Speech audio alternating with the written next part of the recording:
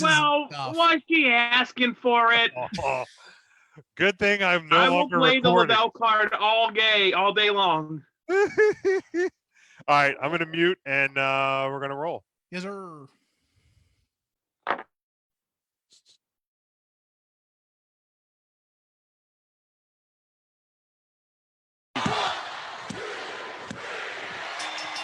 Bro. Hi, this is Justin Roberts, and you are listening to 3 Count Thursday. Hope you enjoy.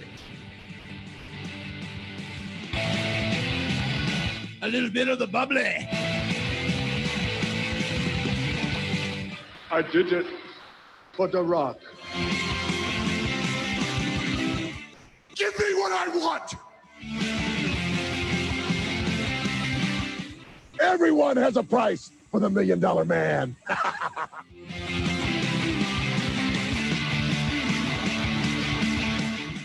It's about the 14 years it took me to go from undesirable to un-goddamn deniable. Mamma mia! 3 ain't enough now, I need 5. Welcome in Jim, Ryan, Matt, Tim, and intern Mark.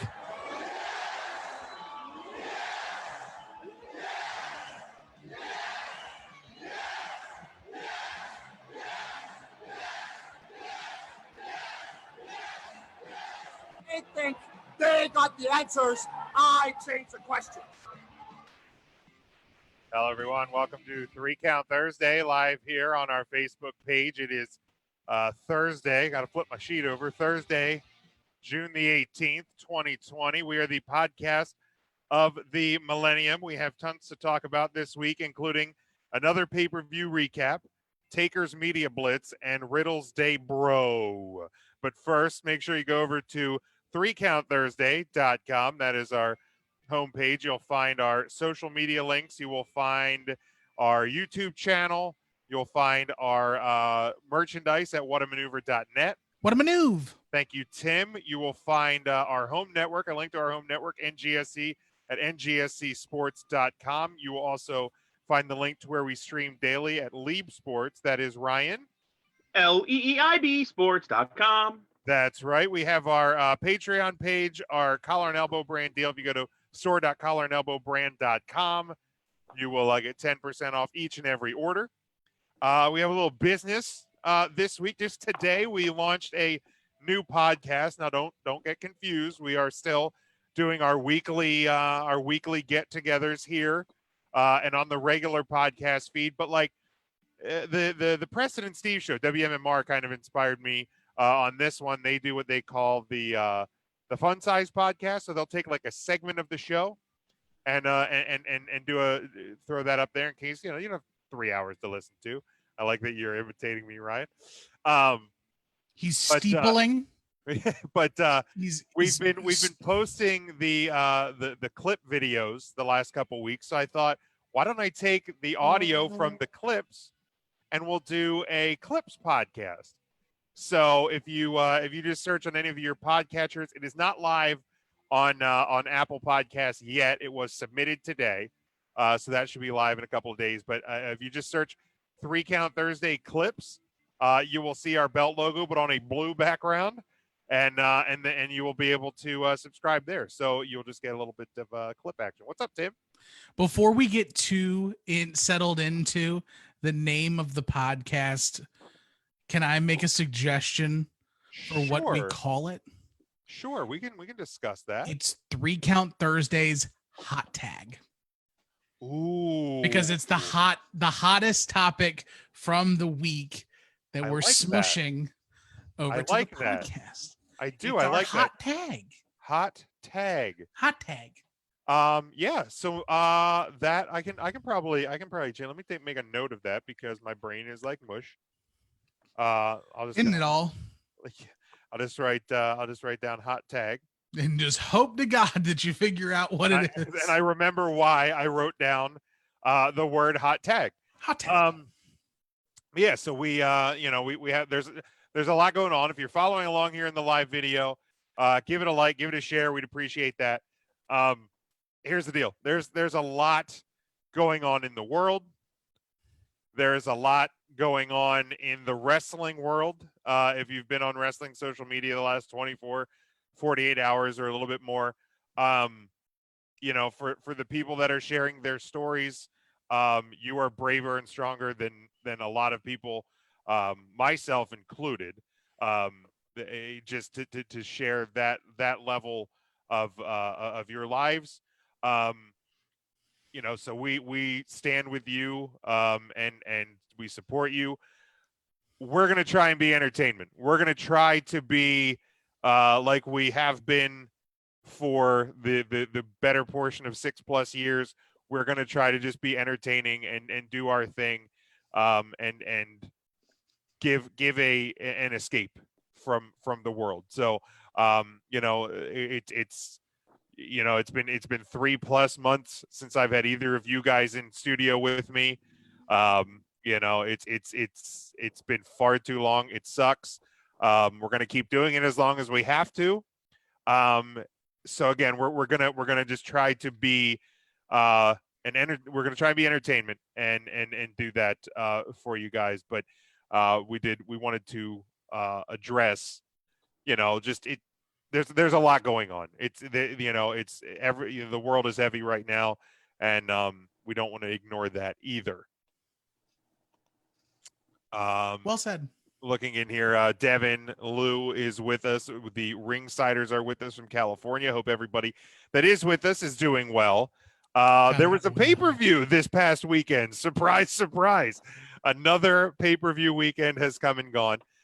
So we're going to look back at Backlash, and it's such a bummer that now Matt's on vacation. He's on his way home from vacation, and we hope him and his wife and their daughter had a good time.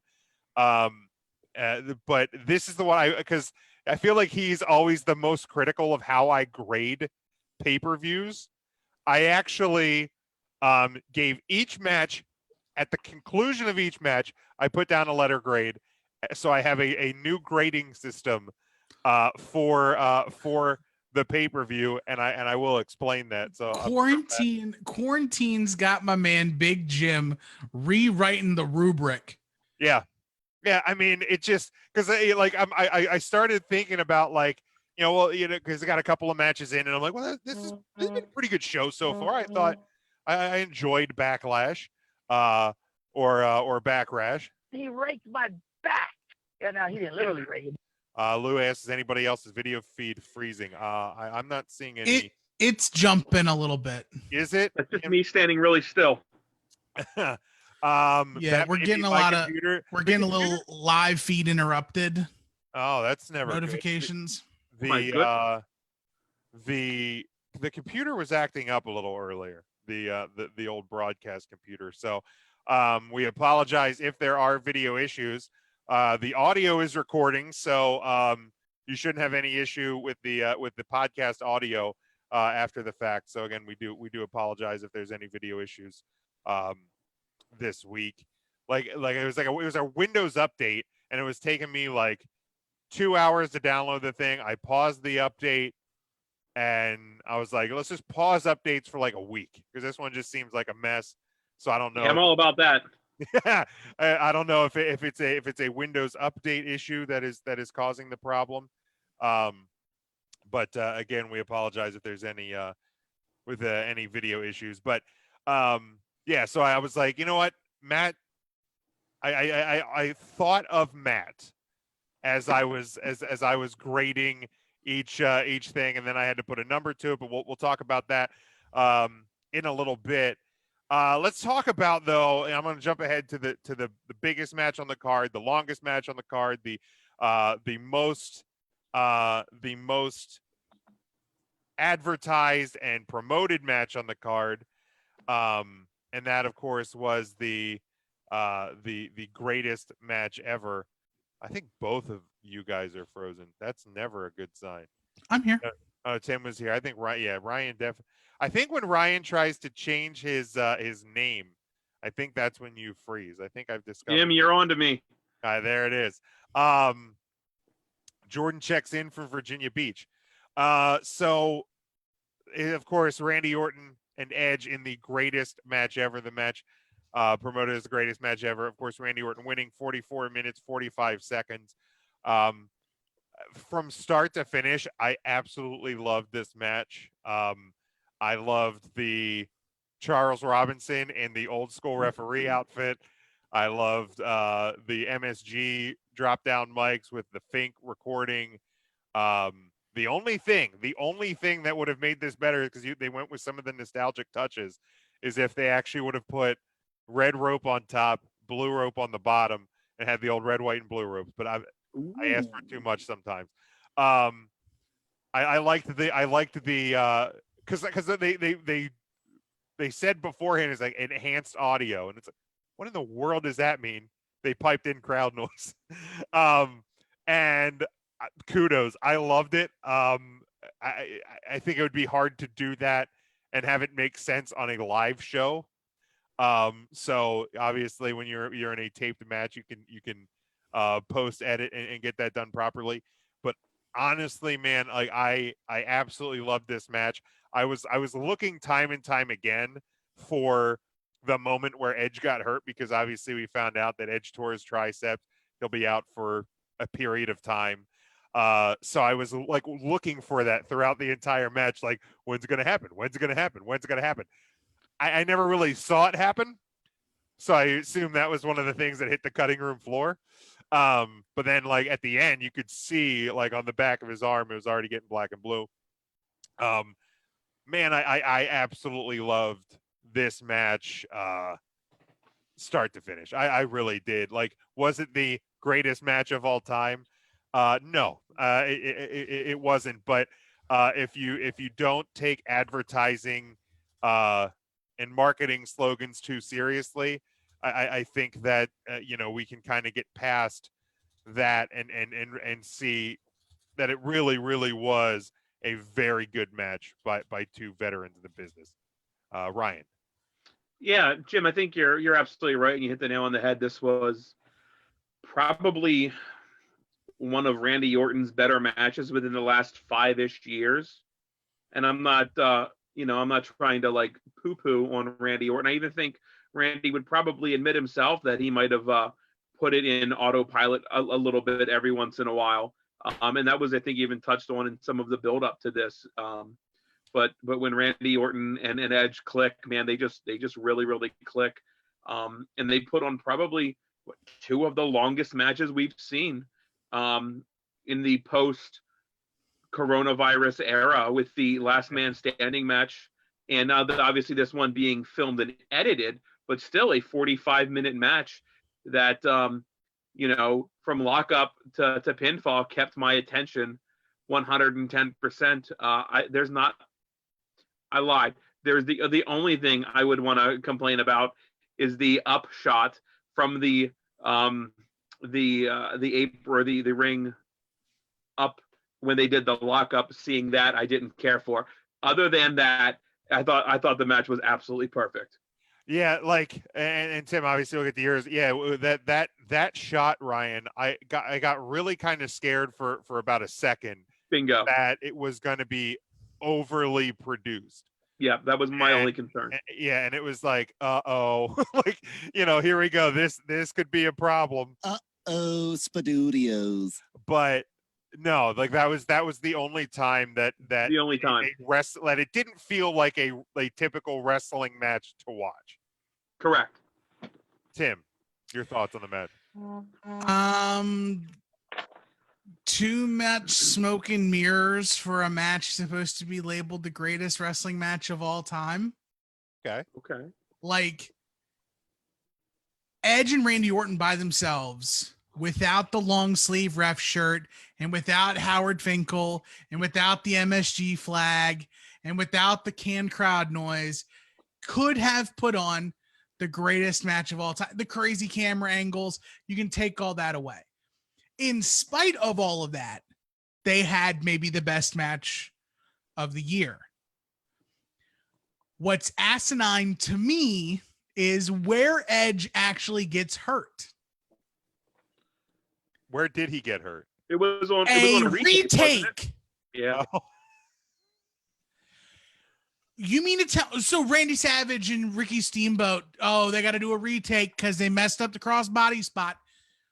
It should have been one take, and that's it. That's wrestling. Wrestling's not multiple takes in the ring. It's one take. It's what wrestlers have prided themselves on for years. That's why, like, when Roddy Piper was shooting movies, everybody was saying, "Oh, Roddy, you're always so like on point with things. You can do things in one take." And it's because we can't say cut. Well, that's a good point.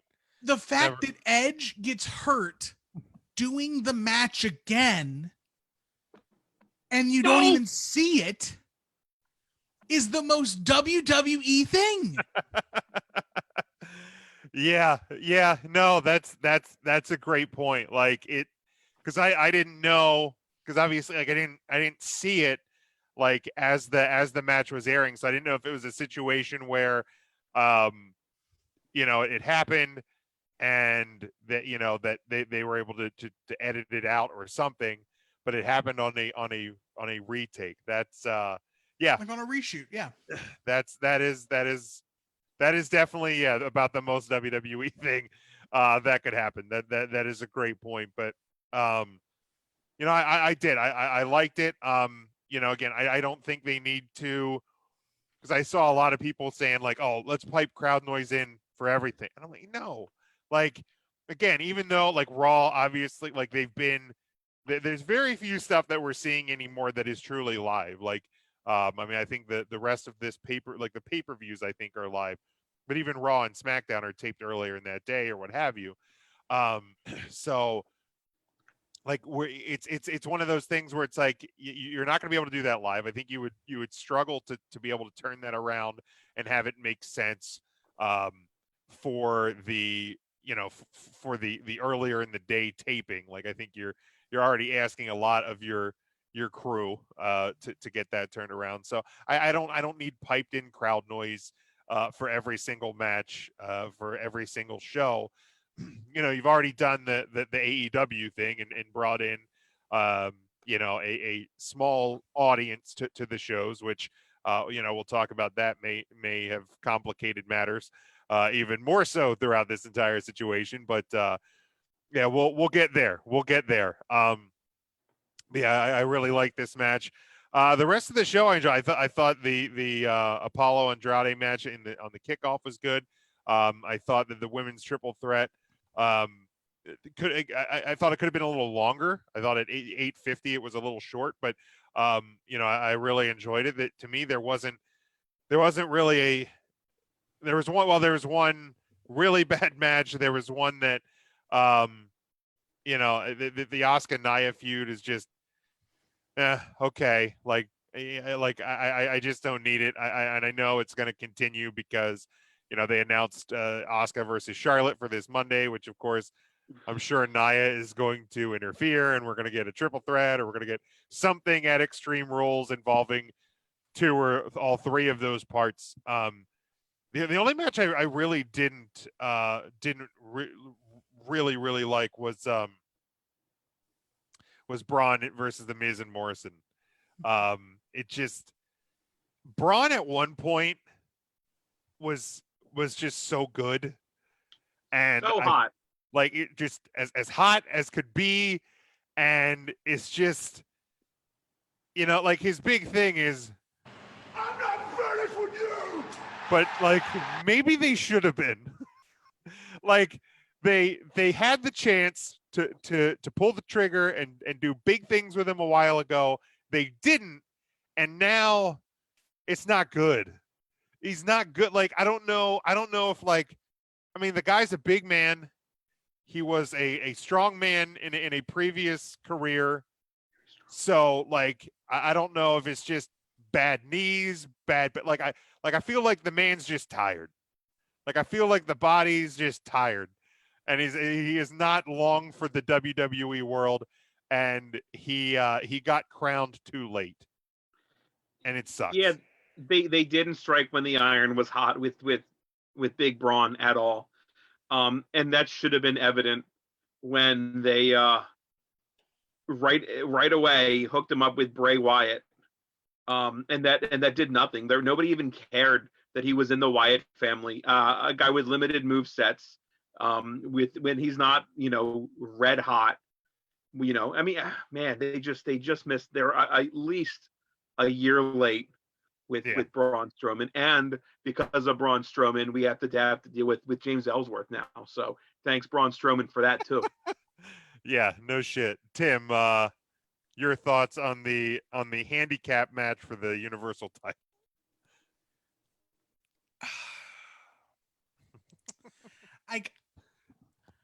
I love The Miz. I love John Morrison. I hate 2020 Miz and Morrison. I love Braun Strowman. I hate 2020 Braun Strowman. Where's Roman Reigns at? Because Roman Reigns is the salt that would be on top of all of this stuff, making it look good. Instead, he's quarantining because he's the big brain. He's got the big brain. Braun Strowman looked his best when he was chasing Roman Reigns. You can't sit here. Can't nobody tell me Roman Reigns sucked, because tell me who he sucked against. He made Braun Strowman $1 million. He made Baron Corbin $1 million. He made Goldberg look like $1 million. $100. You made Goldberg look like a goddamn $50 bill. Yeah. Well, we would know, would we? Because Braun Strowman ended up taking that spot. That's true. I'm not here for the train man. Nope. Oh, yep. Brawny the train engine. Yep. Yeah, the Strowman Express. I love seeing Braun Strowman run, though. He's not running. I don't run. He can't run anymore. Just run around the ring why? He's already champ. He ain't got to run. Just have him run. What's he running to? He's at the top of the mountain. You run now. Right. He's only halfway. I feel bad for his car. Yeah. That's Plymouth Buick Grand National. Heating up that car, man. That was a bum deal. But and like, I don't know. I mean, the music video, the Miz and Morrison music video, made me laugh. Like, hey, like they're entertaining, but yet like this isn't how I wanted Miz and Morrison to be. Like, man. But then there was, I thought maybe Morrison was going to get the pin, and they were going to give us Miz versus Morrison, but no, that would be too easy, Jim. That would be. Well, but then of course, if you do that, then you get into the, well, why was Braun even given the title? And then you got to go down that road all the way. And it's like, there was no good way for this to happen. I assume that tomorrow night on SmackDown, when the Firefly Funhouse returns, that we're going to start going down that road towards the Fiend again with the title again. Because why do we got to do that again? Break my heart again. But yeah, well, who else is there on SmackDown? Like, if it's not going to be Braun for a long time, it might as well be the Fiend for a while, and just have him with that stupid face belt again. Baron Corbin's there. And he's ready for main event. You're putting Corbin in the main event. Yes. Like, I would. Your Money in the Bank contract holder is the fat, stumpy dude from Heavy Machinery. Yeah, I love Otis, but that's the point of having a Money in the Bank is having him be a threat to take the title off someone. If it's not him, who's going to be Dolph Ziggler? There you go. Yes, Chucky, we have our top suspect. Like, you have to look at the caliber around him. This that's a good point. Coronavirus era, the dot over the I of the Jeremy Bearimy, in which nothing never happens. Right. Yeah, that's a fair point, dude. Yeah, it's a great point. Cesaro? I would love to see. I would love to see a Cesaro. Absolutely. Yeah, but he's a jobber to the stars now. The most underused superstar on the roster. Well, isn't he teaming now? He's more with Shinsuke, probably. Yeah, he's with Nakamura. And this is gonna be the fourth tag team of Cesaro. Yeah. It's just godlike. Well, and like here's the thing, like with Baron Corbin too. Like, I mean, three. I would love to see Cesaro as Universal Champion, but like he doesn't have the heat to carry that right now, because right now it's you're driven by a TV product, a TV show. You're not driven by fan reaction or whatever, which I mean would really backfire, because if you're a heel Cesaro and you give him the WWE or the Universal Championship, people are gonna pop. Like, so you lost your heel anyway. What people? But I'm saying, if in a normal world, the people would pop for it. In this world, again, like I think that having a Baron Corbin championship, I think people would tune into that because they would I hate this. So like that, I think would work as well. And then again, you got Otis sitting out there, sitting out there with the briefcase, and everybody's gonna wonder, when's Fat Man getting his? And so I think it's perfect. Scotty checking in with us here in the live video. Scotty! I hit all. I'm fine without Otis doing anything right now too, because he's clearly preoccupied. Sure. So why would you even care about a championship right now? Yeah, 100%. It's just to have the briefcase out there and to do the thing that makes the briefcase special, as opposed to like always cashing it in the night of or the day after or whatever. You have that threat of when am I cashing this in? Let it sit out there till Survivor Series, and just scare the life out of Baron Corbin with that. So I would love to see a Baron Corbin title run.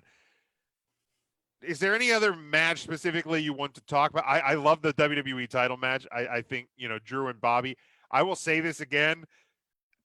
One of the weirder things about 2020 in professional wrestling is it's been since MVP has taken on this managerial role with Bobby Lashley.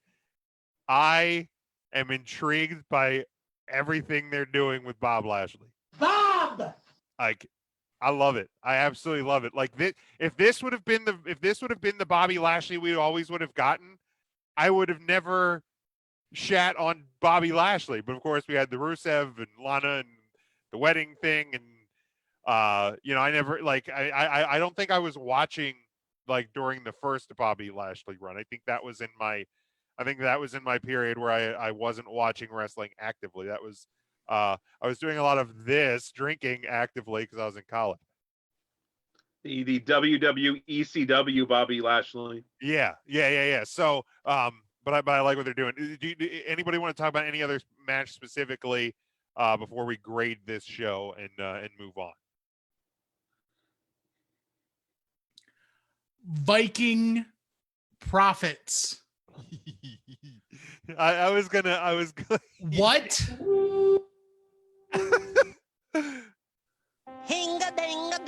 We want the smoke signals. This group. Yeah, that one. Right. No, you loved this, and right? The only reason they're doing this is because they want to be able to say on television, that's a big ninja. That's the only reason they're doing this. That is 100% true. You don't put DeAndre the Giant out there in a big black body stocking. Come on, man. I enjoy. Maybe it's just I've been inside for 3 months. Maybe it's I have quarantine goggles on. I don't know. The segment on Sunday I enjoyed and entertained the shit out of me. Monday, I hated it. I hated that they tried to just drag it out, like on Monday Night Raw this past week. So, because I gave that segment an A for Sunday night. I loved it. I was dying. I enjoyed the crap out of it. I would give Mondays an F if I was cool with it until Akira Tozawa and Tokyo Drift showed up. You can tell Bruce Pritchard's in charge because we got stereotypical Asian gimmick. Well, yeah, that's yeah. If we're gonna give Paul Heyman crap for doing the lesbian angle like 3 weeks into his tenure with Liv Morgan and Lana, we have to give Bruce Pritchard the same crap for doing Indeed in 2020. It's the same thing. It did. I'm bored. I'm dying. It definitely did have Pritchard written all over that for sure. Crust to tip. From crust to tip. So I think our videos like definitely a little bit behind because some of the comments are starting to roll in. Scotty says Cesaro should be champion. No one has heat. There's no crowd. But Corbin does. People dislike Corbin. They will tune in to watch Corbin be champion to hate it if he's champion. That's my point. Scotty says he wants Cesaro versus Brock. I would love a Cesaro versus Brock match. But I think I'm curious to see because I mean it's only a matter of time, obviously now before Brock Lesnar comes back. I'm curious to see how and where they use him. The first day that they're allowed to have fans in the building, actual fans. So he came back this past Monday, is what you're telling me. Sure. All right, let's Ryan. I know you want to talk about the Viking Profits. There's nothing to even talk about. Oh, RYN Eagle checks out. There it is. It made me apologize to people on Facebook. Like, if you've ever tuned in to watch professional wrestling ever on my recommendation and you saw that match on Sunday, I apologize. That's not what I want to promote. It was absolute shit from the start to the end of it. It's ridiculous. It cheapens the tag titles more than goddamn Nicholas winning them. That's how bad this was. It was shit. Wow. I'm not gonna completely sell the whole bit short. I'm down with that whole bit until you shoehorn Tozawa and the Ninjas and DeAndre the Giant. Like that, I'm done after that. What was the thing that was in the dumpster? The crash pad, dummy. No, the thing. Like there was a live serpent or something in there. Oh, that was a nod to Star Wars. Oh yeah, it's a Star Wars thing. Yeah, that's why you wouldn't. That's why that didn't connect. Yeah. That was 2 levels of nerddom coming together, and there was a it went right over Ryan's head. Yeah, I thought that was dumb, but again, that was post. Wasn't that post? Yeah, Ninjas. Yeah, that's how it ended. That was after they ran away from the Ninjas. They ran away from the Ninjas by getting on top of a truck and then jumping into a dumpster. Stupid.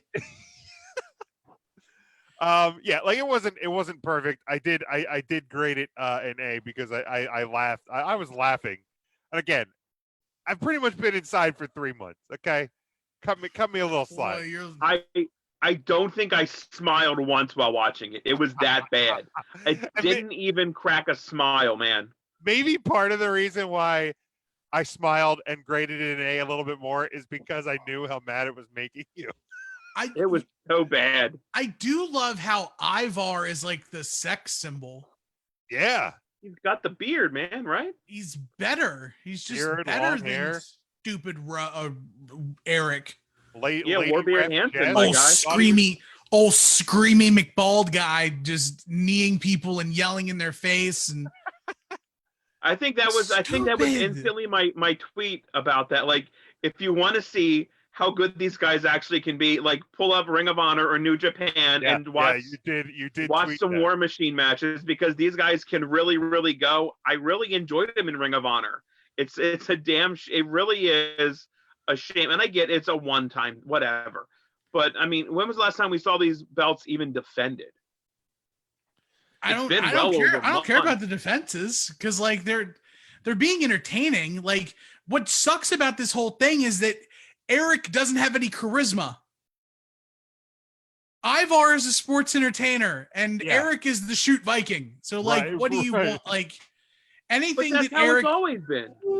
yeah, Ivar was the guy doing car wheels and shit. yeah, Like that's always how it's been.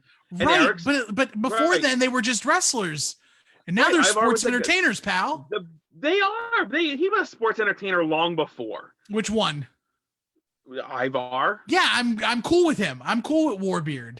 I'm not Right. here for Baldy McNee.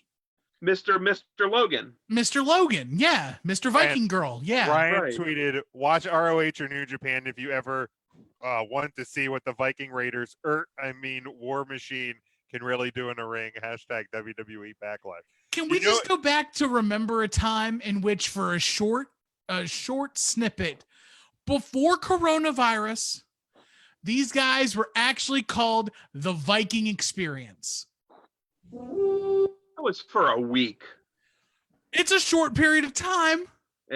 By definition, it is. Yes, thank you. It is. And then, because I don't forget. Pepperidge Farms doesn't forget. I also love the put up against that trash Viking Profits match. I'm sure this will look like the hashtag greatest wrestling match ever. was a tweet from Ryan. You don't tweet a lot, but when you do, it speaks volumes, Ryan. Yeah, I think 0 to 100 real quick. I did. And then I sign on and see that Tim fucking tags me and shit. I gotta tag 5 other people and bother them with. You're welcome. Yeah, same thing that fucking Jim's doing now on the Facebook. I gotta put pictures of wrestlers up. Guess who forgot literally 12 hours into that until this moment? Yeah. I almost forgot. You know what? You can put the Viking Profits up for your first 4 and call it a day. I'll put War Machine up. That's what I'll do. All right, let's Can we borrow one from the greatest wrestling match ever? What was that? Let's put a grade and a bow on WWE Backlash. My final grade for the show was an 86, so it puts it at a B. And I will break this down. So if the match or a segment got a grade plus, that was like a 7. So a B plus would be an 87. If it was a flat, it was a 5. If it was a minus, which nothing actually got a minus, I would have put that at like an 82, like if it was a B minus. Of course, nothing got a minus. So nothing got a minus. So let me start at the top from the scorecard and work down. Sheamus and Jeff Hardy got a B plus, so that was an 87. Greatest wrestling match ever, that was an A plus, so that's a 100. Apollo and Andrade got a straight B, so that's an 85. The tag team triple threat, that was an A, 95. Handicap universal title, that was a D plus for a 67. The Asuka Nia Jax, that was a D, so that was a 65. The WWE title match was a 95 for an A. The Viking Profits segment was also an A, that was a 95. So all in total was 689 points divided by 8 segments. So that is how I got my 86 for a B, and that is for Matt. So he knows how I graded this show. Armbar. I had to show my work for Matt. Yeah, you did. Because I will go through and I'll give my letter grade, and then every time he goes, "Well, how can that be?" So there you go, Matt. I showed my work. Teach. Get at it, Ryan. What is your grade for Backlash? If I were to grade mine like yours and give that goddamn Viking Raiders segment a 0, it would pull the grade down significantly. It would. You would go said, hard 0 on that. I would go a hard 0 on that. They don't even get They don't even get participation for putting their name Not on for the that. paper. There's nothing to participate in. There wasn't a match to participate in. At least the match with Nicholas had fucking wrestlers in a wrestling ring for tag team championships. I would give that a 5%. So this gets a 0%. The whole pay-per-view, it was average. It was a C plus, so a little above average. All right. Well, I think that's better than you were predicting. Probably. Because I think last week you said it was going to be awful. So I said it would be a couple D's. I Yeah. think I said last time. So it did Yeah, better I've than got you jokes. expected. I don't even know if I can make jokes anymore about things like double D's. I can't even make jokes about that. I have to watch myself. I can't do it. I'm gonna let it go. This was a C+ pay-per-view, all on the back of Randy Orton and Edge, and I can't believe I'm saying that in 2020. There you go. Yeah. Tim, your grade for Backlash. Solid C. Solid C. Then I give mine a C-. If Tim's giving it a C, I'm doing C-. I'll Because change it that It's fucking a quick. battle for who's going to give it the worst grade. No, I'm giving it a C but minus. Tim is more of a sympathizer than I am, and that's a C-. Oh, So I'm getting crotchety in my old age, Ryan. Yeah. You I'm missed getting that the other week. I'm getting real sick of WWE's shtick. Are you really? I really am. I missed the last show you were on. Yeah, and I'm big It was bringing salty. the heat.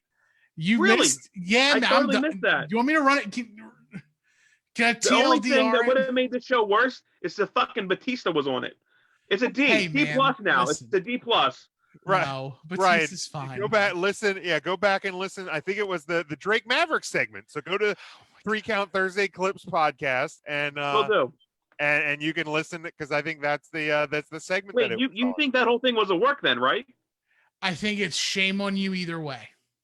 Okay, that's fair. If it was a I'll take that. work, if it was a work, you're using an actual pandemic to drive a storyline of a person actually losing his job and getting it back. If it was a shoot, shame on you. You shouldn't have fired him in the first place. And now all the other wrestlers have the blueprint now of, I got fired, so I'm gonna get on the internet and cry about it, and then I'm gonna get my job back.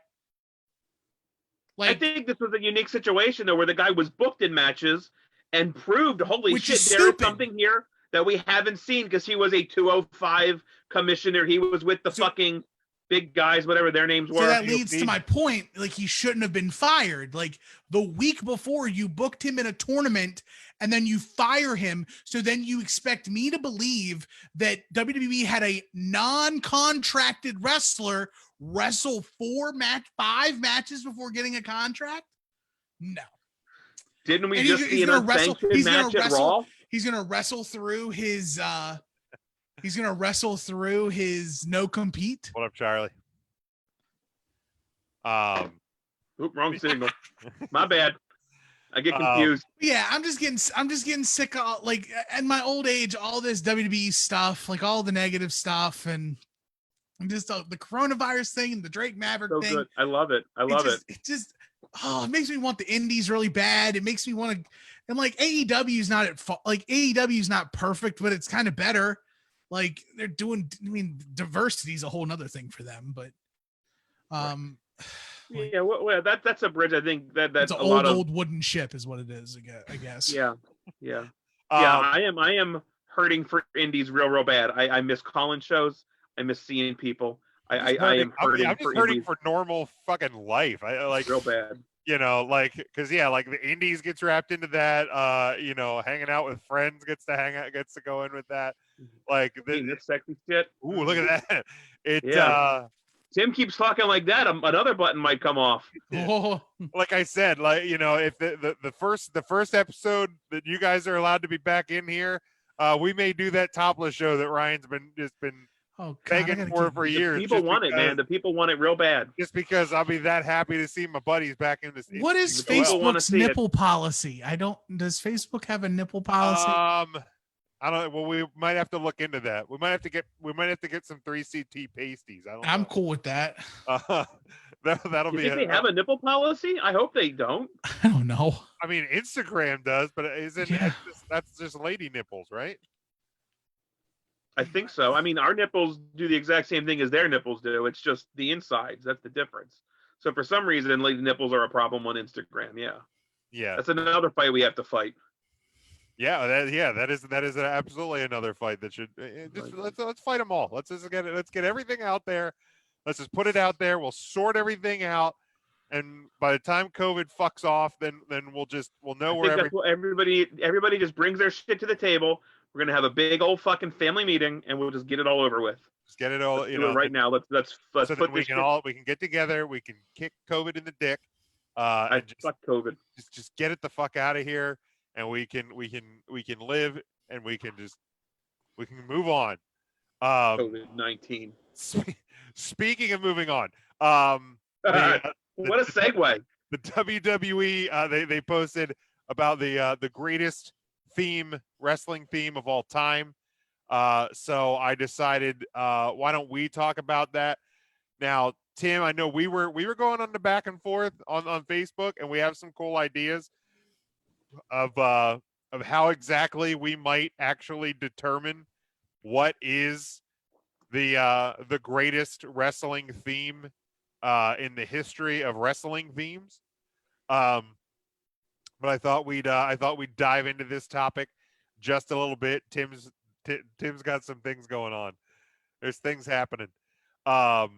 Is that a bottle of booze? It's a bottle of salt, Jim. A bottle of salt. Hold on, I'm here. All right, Tim's still here. Well, I'm gonna hit a couple of the listener responses from Facebook. We appreciate all the feedback that we got. And we're back. But Nick says Edge, Rock, and Taker. Now, here's the thing. I asked, what is the greatest theme ever? And so many people gave multiple responses. So apparently people don't know what. And here's the problem. So on this day, which Edge theme, which Rock theme, which Taker theme? Right. Multiples. Right. Exactly. Okay. Alter Bridge Edge is the best Edge. We can agree on that, right? I'm not prognosticating, but if we're doing like a field of 64, Metalingus has to be a number 1 seed in any branch. I agree, because that theme is a banger. And yeah, it is so good. You guys have heard the song, correct? Yeah. Because the beginning of the song or the beginning of the theme is the end of the song. Yeah. Right. Okay. Right. Okay. Yes. It's a total mind F. I'm not a rookie. Yeah. I'm just making sure. I'm not saying y'all. It's so like good. Frank and I have disagreed on a lot throughout the pandemic era of professional wrestling. Much. However, Frank, he got it. He hit it. He said, has to be DX. When the music hits, you know something is about to happen. He gave one response. I mean, whether or not that's the correct quote unquote answer, he responded with one theme. He did. DX. He did.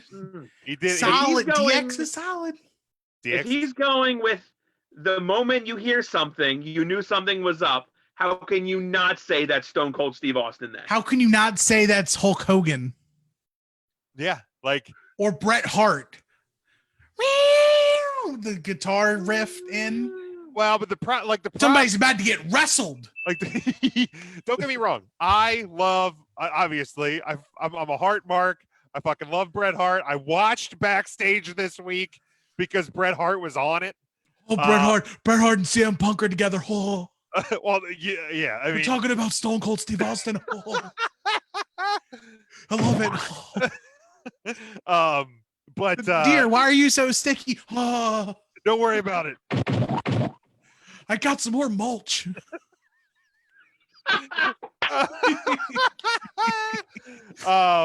Listen to the pre-show, post-show only on Patreon. You'll get the joke.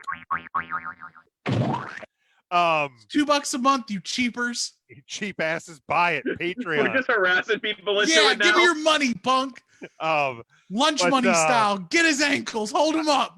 Like with Bret Hart, there was 2 different versions because you had the original, like the Hart Foundation version, and then you had the squealing guitar version. Like Austin, that other version is, and I get Austin's music. Like the music itself got tweaked over the years because you had to put out Volume 3, Volume 4, Volume 5, Volume 6 of the metal. Metal. You had the Disturbed version in there, which I think a couple people had thrown that version up. That's good. Glass Shatters is good. But when that glass hit, man. Oh man. When the glass shattered, you knew shit was going down because it was Steve Austin time. The Rocks too. The Rocks I can smell like That's what's up. I just got the hiccups now all of a sudden. So this is gonna be a fun podcast the rest of this time. Didn't The Rock have the one with the helicopter for a while? See, I think that one Hollywood is Rock? the best. Hollywood Rock is the best rock theme. That was really good rock. Hollywood Rock was so good. It was really good. And because at that point he was We're gonna have to put together what did we say, 64? Yeah, I think what we I don't even know if we can limit it to 64. There's so many. If you do too many, like I get it. At that point, you're just including every theme. So what I think needs to happen, this is just me. Sorry, we can talk this out. Everyone, including our fans. Okay. 3countthursday@gmail.com. Is that correct? Yes. That's the email address. Number 3. Not the number 3. Never the word, always the number. Correct. Compile your list of the top 32 themes. We'll then give them a point total. So, like, for example, lowest total number of points is your highest seed. Okay. The biggest point total to a certain degree is going to be your lowest. Like, you'll rank them 1 to 32. Okay. I'm pretty sure between the 5 of us and the millions listening along on LEEIB Sports and NGSC Sports. That's our home network. Network.com. Stay on brand here, pal. And on Facebook.com/3Count Thursday. Between all of us, I'm pretty sure there'll be at least 64 different themes. I would think so. I would think everybody's like 1 through 12 is probably going to be the same. Well, I don't know because here's the thing: you're gonna get Rock, Austin, Taker, Hogan, Warrior. Like you're gonna like Edge. Edge. Like there's gonna be ones that are probably gonna be repeated across just about every list. But there is one request I'd like to make for this. Okay. You can only pick the wrestler's theme once. I agree. Yes. Meaning, you can't do Hollywood Rock and like Nation of Domination Rock. Just broken away from Nation of Domination Rock. It's the best theme of a person in it. Which, by the way, how long did it take you to realize that like the Rock's music was the same? The Nation of Domination's theme, just like jazzed up. I've since the beginning. Yeah, it took me more years than it should have to realize that. Yeah, because there was one time where obviously the Rock had come into singles popularity and whatever, and then I had gone back and watched something, and I heard the Nation of Domination theme, and I went, "Holy hell!" And like it finally clicked with me that it was. The Nations is slower, right? Yeah. Yeah. There's also some inspiration taken from his Rocky Maivia theme too. Because it was dun dun dun dun. So it's kind of a mesh of the two. Dun dun. It was a very crappy theme, but you mix the Nation's theme with the old school blue chipper Rocky Maivia theme, and then you get the Rock. Yeah, yeah. And when we're talking about Rock's music, you never forget about Pie either. That's right. Oh, yes. But there's also like a bunch of indie themes too. Like there's a lot of iconic indie wrestling themes. Sure. Or not like indie the Four themes. Horsemen. Well, WCW, ROH themes, TNA themes. Yeah. Like Abyss has a banger. Abyss's theme is a fucking banger. That's EC3 is a banger. Trouble is a banger. Man. Trouble's probably going to make my list. Spoiler It's a alert. banger. I AJ love Styles, Trouble. I am. Like, oh man. man. AJ Styles, I am better than this. So now, if I current AJ Styles theme, you don't want none. Shit. That's a fact. Man, Tough. I forgot about I am. Yeah. Woo. Jeff Jarrett. Is his WCW ripoff of the Kid Rock song better than his TNA theme? My World's a banger. Man, dude. Dale Oliver had some hits. Beer Money theme. That's for sure. So all right, what Sorry we're gonna about your damn luck. what we're gonna have to do is we're gonna have to like put a post out there and be like, look, here's the deal. God damn. Let's yeah, wow. Here's the thing that's gonna happen. Like you're gonna email us your list. We're gonna put an end date on the email submissions for people to get their list. Let's in. do this by the end of June. By the end of June. Okay. That's plenty of time. Yeah, that's plenty of time. That's Submission like 2 weeks, a little less than 2 weeks. All right, okay. So submission, let me write this down. Submissions by the end of June. And it's list 30 up to 32 or list 32? I would say list. I would do your top. I would say your top 32 if you can get that high. Like yeah. So no, man. I mean, honestly, it's not that. Go. Or if Go you think back that's into, too like, many, you do 20. I'm pretty sure we can get 64 if everybody gives 20. Let's do top 20. It's a round number. People like 20. Right. Let's do top 20 themes for people. Because like here's the thing, like God forbid somehow we have to fill some in. That's where the 5 of us Yeah. will let's us do 32 then. That's easy enough. So what we're looking for pretty much is like, if this is NCAA basketball, the great sport. Yes, but the podcast listeners are going to be the major conferences. Yes. Of course, they're going to get the UNCs right and the Dukes right and the Kansases and the Gonzagas. They're going to get all the major players right. We are responsible for the mid-majors, the ones that come in the 5-12 brackets. We're filling in the hard matchups. Like, oh, you forgot about this, but let me tell you about All-American boys. How's that? Like, let me tell you about the Brood versus Beer Money. Let me tell you about that. Let's talk about it. Let's talk about that. Does that put us in the ACC, or are we independent then? I'm not sure how that works. Well, I mean, I feel like I'm independent, but we may be in the ACC. Well, technically, isn't Notre Dame basketball a part of Notre Dame basketball is ACC? So they're not independent in basketball. Football's independent. Yeah, so basketball they would be ACC. Okay, got it. All right, so yeah, I think that sounds great. So for the people that are listening now and listening to this on the audio side, we are going to put an official post out. I'll work on that for tomorrow. And if there's ever been a time, like we always say, like tell a friend and tell a friend to tell a friend. Yes. To get more people. People love tournaments and people love talking about wrestling themes. Yeah. If you've got wrestling friends who don't listen to the podcast, but they think this will be cool, share the post. Exactly. 3countthursday@gmail.com. It's really hard. It's really easy to send an email to somebody. If you don't even want to email, slide in the DMs. DM us your top 20. Yeah, you can DM us, Facebook, Twitter. Like it's all the same. Like we have ways to be reached. Yeah. Like send it. Send it. What would Otis want you to do? Skinner's theme, number 1, Skinner. Oh my God. Wasn't it just like crickets? Yeah. Something like that. Something like that.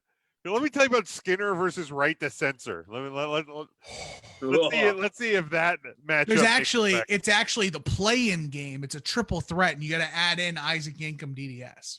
Oh, you know what's funny? I don't actually hate. I don't even hate the sound of a dentist drill. It doesn't bother me. It doesn't bother me. All right, gives me the heebie-jeebies. Ooh, it's the way it is to a lot of people. I didn't have a lot of dental work when I was a kid. I don't know. I thought I hated it. I had to get a root canal last year. They just shoot you up with Novocaine. I didn't feel shit. It sucks, but it is what it is. I didn't have my first cavity until I was like in my 30s. Ooh, look at you. So, like by the time brag about it. I mean, it is what it is. I'm Jim. I have good dental hygiene. Look at me. I wear pink shirts. My teeth are the best. Well, my brother and I were like the tale of two opposites because his teeth were like perfectly aligned, but he had cavities on like every tooth. My teeth were horribly aligned. I had like 4 years of orthodontic work that I went through, but I never had one cavity until I was. That was because your teeth were so spread out in your mouth that the germs couldn't commingle. Exactly, it was great. And I got them fixed, and then it just ruined everything. And they were like, Jim, why is your front tooth behind your ear? But I almost when I was getting my first cavity filled, I almost fell asleep in the chair. Yeah. You get that shot, you're good to go, man. Yeah, you don't feel nothing. You just borderline relaxing. It ain't a tattoo, my guy. Chill out. I mean, it's still dental work. I'm telling you, man, I almost fell asleep. All right, let's move on here. Obviously, we've talked about how much we hate COVID-19 and the pandemic and every aspect of that. This week has been quite the week when it comes to WWE in that situation. Of course, yeah. You know who hates COVID-19 too? Vince McMahon. Yes, sir. He hates it. Oh man, this whole thing is it's a coffin on wheels. So Monday, we had fans in attendance at the PC for the first time ever. Mm-hmm.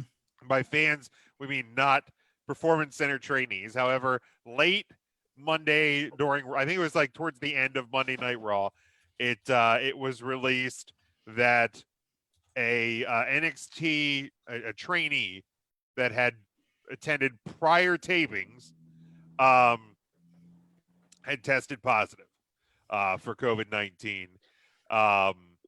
He had last been at the facility on Tuesday, June 9th.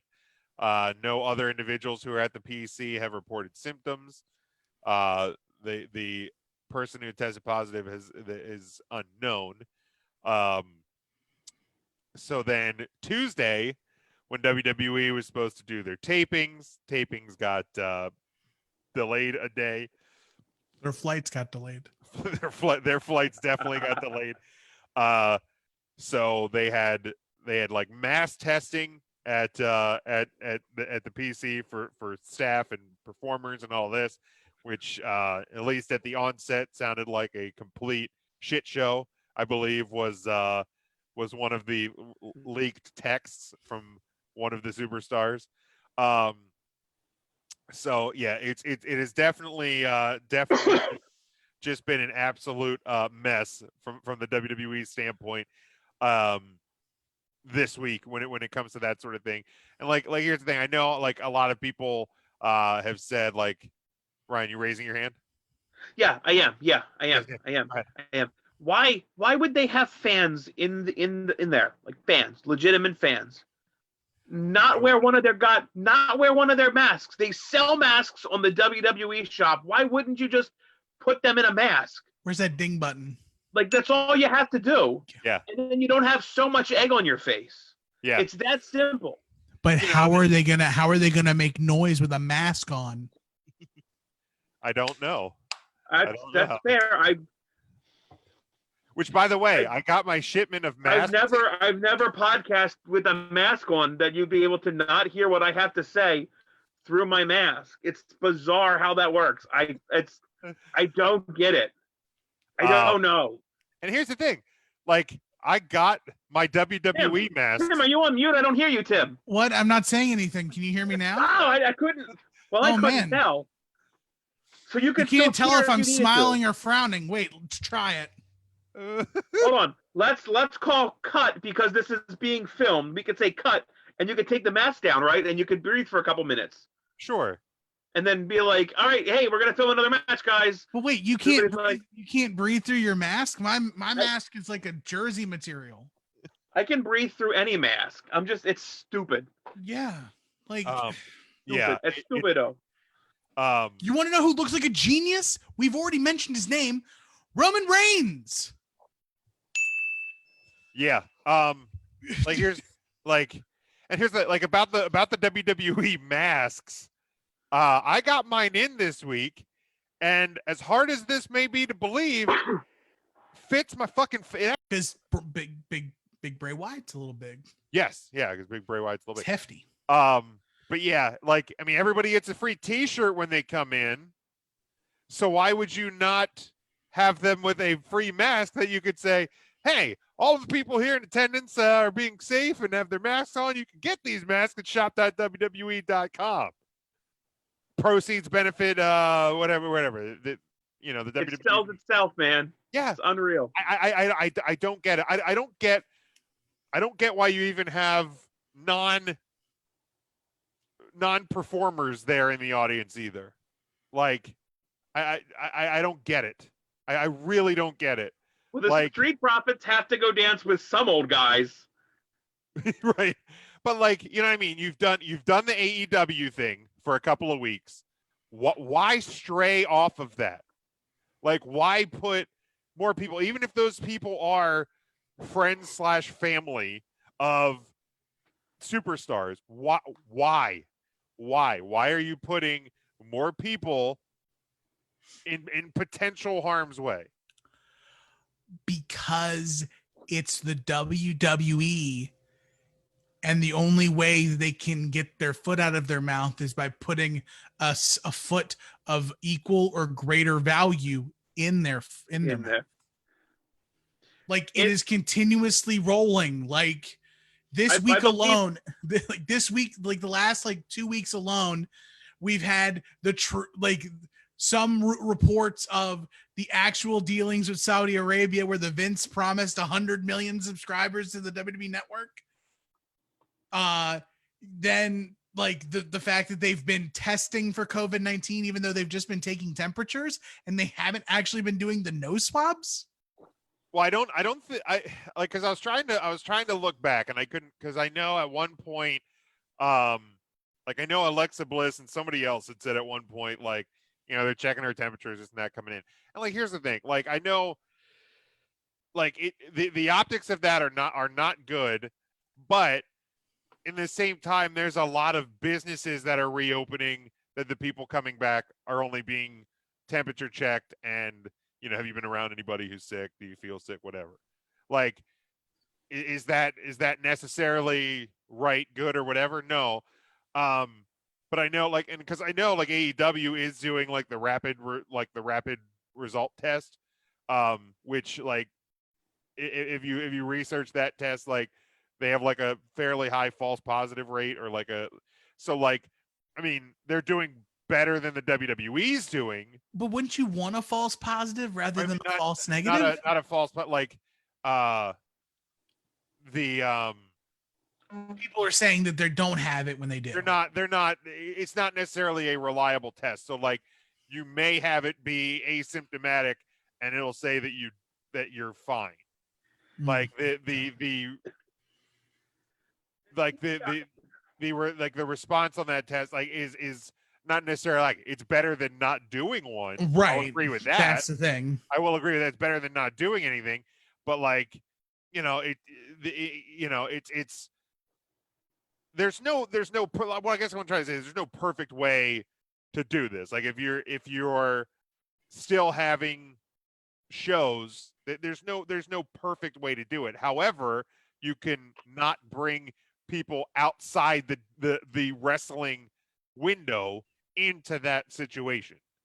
The performance center trainees, I get they're not performers on the show, but in the same time, they're under your umbrella. I just don't see what the rush is. Neither do I. What's the point? Now they both record out of Florida, correct? Yeah, correct. Jacksonville. AEW obviously has an easier go at this because they do one round of filming, they do dark, they do everything, and they're done. WWE is recording twice a week, correct? Raw, SmackDown, and then a monthly pay-per-view, and NXT somewhere in there. We have a lot of people in and out of the same building. Well, yeah. Or is NXT at Full Sail? NXT still at Full Sail. Apparently, this week of TV,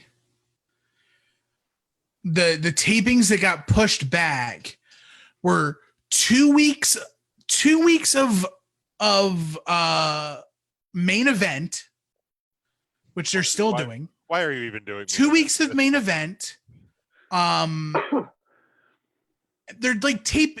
Basically, what it's boiling down to is they're currently taping shows out of order. Right. Because technically, SmackDown, they're going to do SmackDown live, meaning I thought this week's SmackDown taped Monday with Raw. They're recording SmackDown on Friday before it airs. Oh, see, I thought they recorded SmackDown on Monday.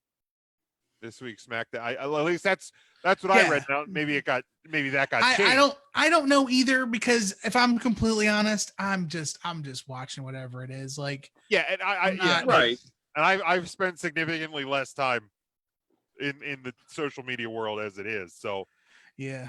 I mean, I guess my point is I just looked up Florida statistics. Not They good. just had 3,207. That is a record for Florida of new COVID cases yesterday.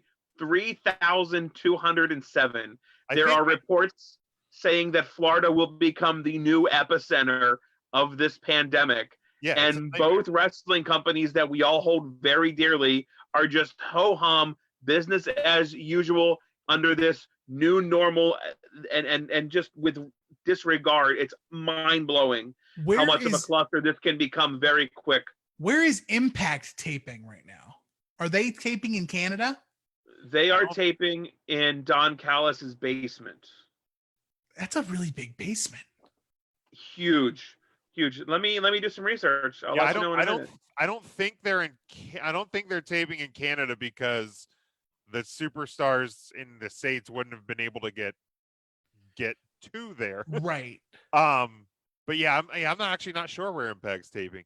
Like here's the thing. I even though, like, don't get me wrong, and even my wife said, because I still don't think she's a fan per se, but she's actually been watching shows with me.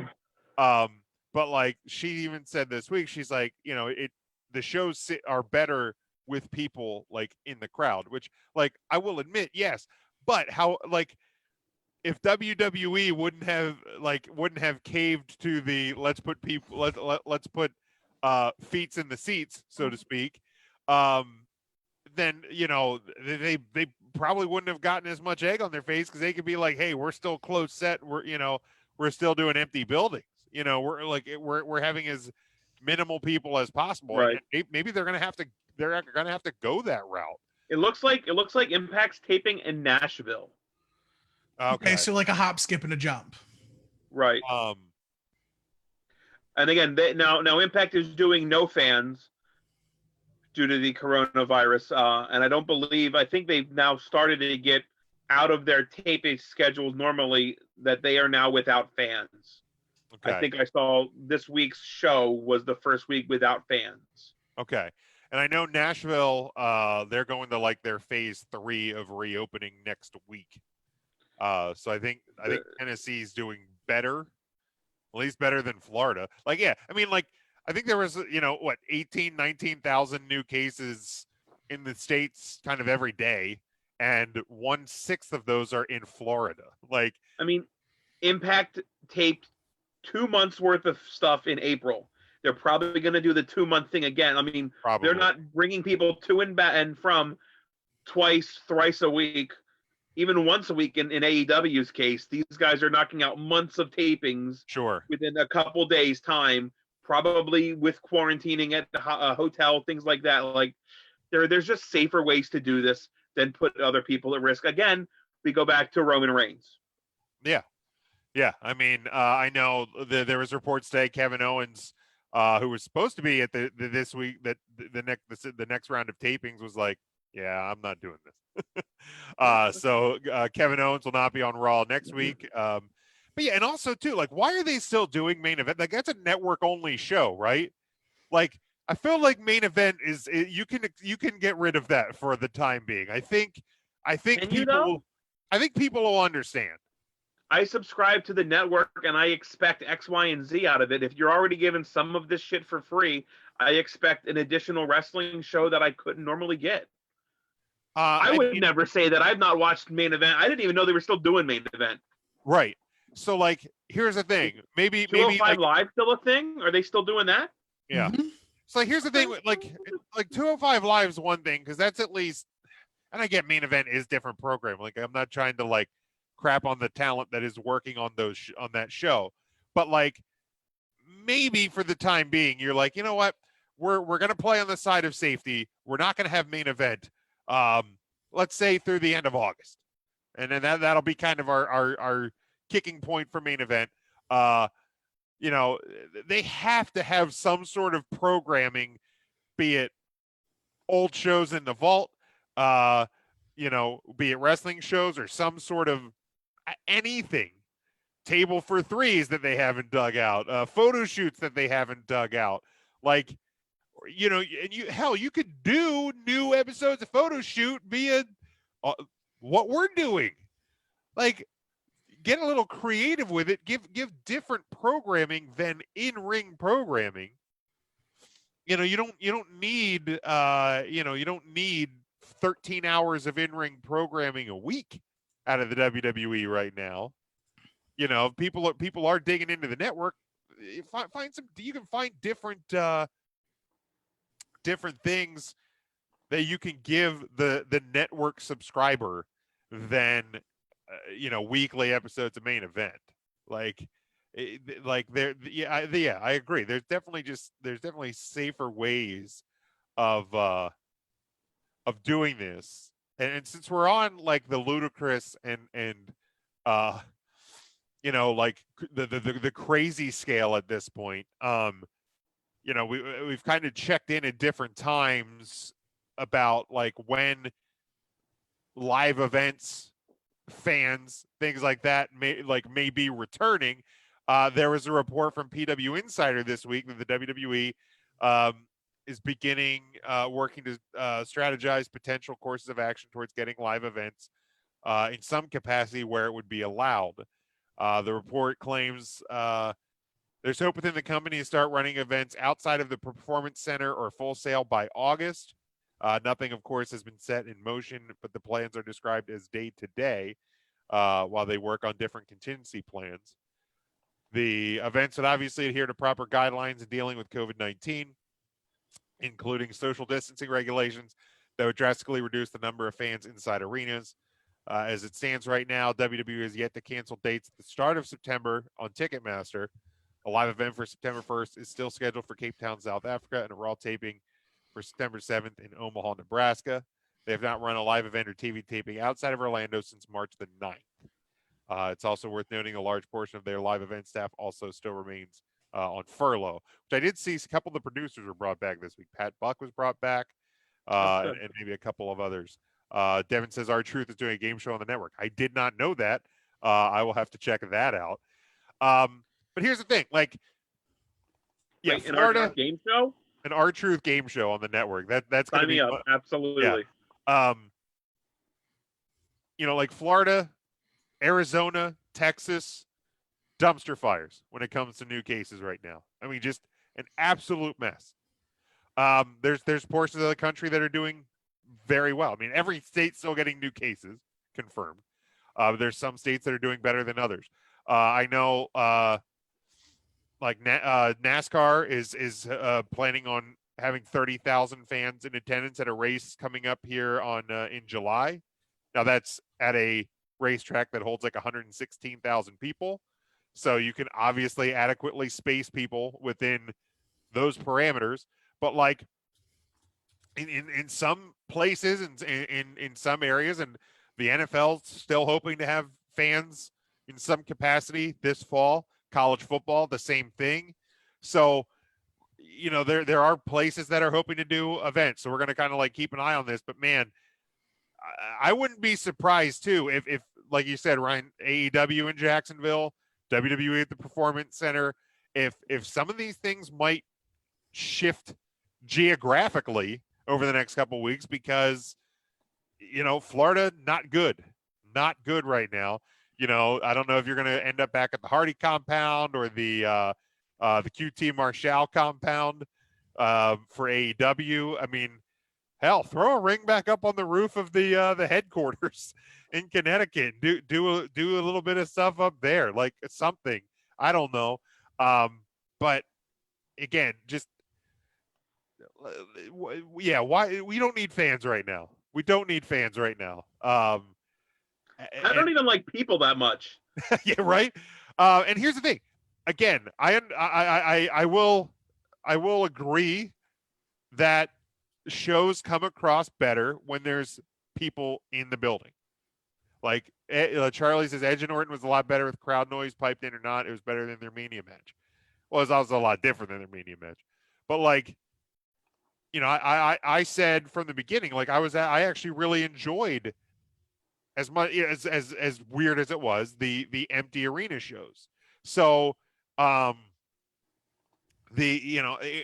just if they would have to go back to that, I wouldn't have a problem with it. Like, you know what I mean? If for a month or two that they go, you know what, we're gonna try to limit the amount of like exposure to people. So I'm gonna go back to a full empty arena thing. But yeah, this week has definitely been quite the week from that aspect in the WWE as well. It's just been an absolute mess. Charlie says if he wasn't doing Raw and SmackDown, this would be the perfect time to bring back something else to wrestle with. Yeah. Unfortunately, Bruce has a little bit of stuff on his hands at this point. Moving on here, the Undertaker's been hitting the media blitz, and that's another thing in 2020 that is so freaking weird to me.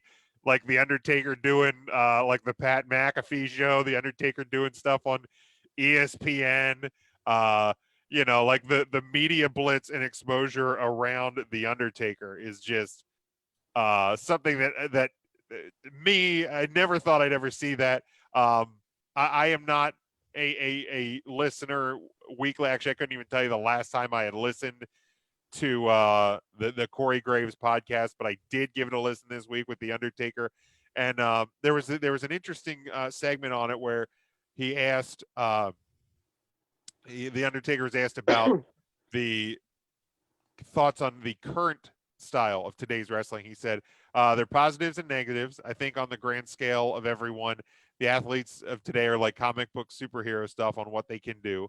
But I think they rely too much on that aspect of their performance and not enough on their character and willingness to sell to make things mean something. Prime example, last night at Backlash, Edge and Randy honestly almost brought a tear to my eye because I haven't seen that type of wrestling match in so long. This is what professional wrestling is, or what it's supposed to be, in my opinion.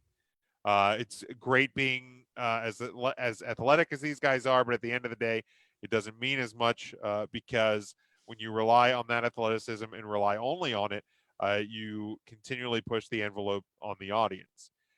They're going to be desensitized on double backflipping off the top to somebody on the floor. They're going to see it a couple of times, go, okay, I've seen that now. What else do you have for me? So you continually push the envelope, put yourself at higher risk for injury. It's self-preservation. So basically, I mean, it's one of the gripes or what have you that that I think some older fans have had for a while, that it's more of a like almost like a choreographed dance routine as opposed to a wrestling match. And for me, I think there's positives and negatives in both schools. Like I enjoy that. Like I said, I enjoyed the hell out of Edge and Randy Orton this past Sunday. One of my favorite matches of all time is Brett and Owen to open up WrestleMania 10. Like I don't think you're ever going to see a match like that in the WWE ever for a long time. It's just not what you see today. But in the same time, when I watch, when I watch some of these guys that are just crazy athletic, and they can just defy logic with what they do. I mean, Ricochet comes to mind. I mean, from a bigger guy standpoint, Kevin Owens always comes to mind. Keith Lee comes to mind. Like some of the things that these performers and these superstars today can do from an athletic standpoint just baffle me. Like I know, like when we went to that, when the four of us went to the NXT show in Bethlehem, like finally seeing Ricochet live, like it was like, what am I even watching? Like this isn't like it doesn't even make sense that a person can do that. So I think for me, I would like to kind of see like the perfect middle ground of the two styles. Because if you constantly have, old style wrestling, you know what I mean? I think a lot of people are going to get bored with it. I think you're going to lose people. But at the same time, if you just constantly have, flippy doos and, leaping over the top ropes, and how many corkscrews can you do in a leap? I think it's just going to kind of just become one and the same as well. For me, I'd like to see a good mix. This is sour grapes from an older generation who cannot perform as fast and as the style of a lot of these younger folks. Jim, to your point, I think that's what we have right now is a great blend of professional wrestling in the WWE and outside the WWE. I think let's look at AEW. You have the Young Bucks and your Sammy Guevaras and your Lucha Brothers doing all their flippy doos. You have the Butcher and the Blade, and now FTR. And that's just their tag team division. You look at their women's division. Look at the WWE women's division. I think that is the greatest blend of wrestling that we've seen in a long, long time, of folks that are grounded and wrestle, plus some flippy doos and then things of that nature. I think an older generation gets fixated on the flippies and they don't actually see what's in front of them fully. So this is the old guy at the bar. It's the old guy sitting there at the saloon. Just my day. My name is Adam. Adam Email. Old timey wrestling guy. Old timey wrestler guy. I remember a time when you didn't see just one flip. Yeah, no, I see what you're saying. Them goddamn Young Bucks. Yeah.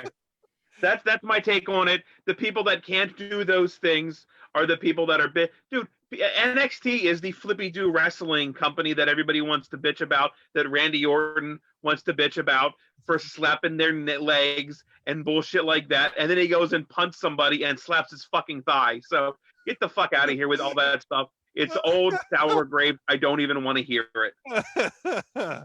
Tim, your thoughts? It's a conversation that you're actually really probably you've had numerous times, because it is the conversation that people have about the NFL. Oh, it's a pass heavy league now. The rules are so different. Everything, like, it's not even football anymore. They can't hit anybody. They can't do anything. And it's like, I remember when they used to run the ball and Barry Sanders touched the ball like 77 times a game. And like, it's the same concept. Like, and people said back, like people say now, oh, well, the best football players are the players from the grindum 70s, where like you could grab a dude by the face mask and like, but if you look at what you're watching now, like, Pat Mahomes is captivating. Yeah. Like, it's art.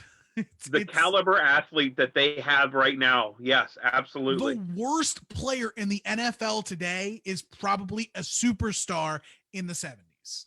Yeah, and I mean, like, that's the thing. Like, I've heard with here. Like, I've heard the argument about like hockey is like back in the day you had 6 teams, 12 teams. Now you have 31, soon to be 32.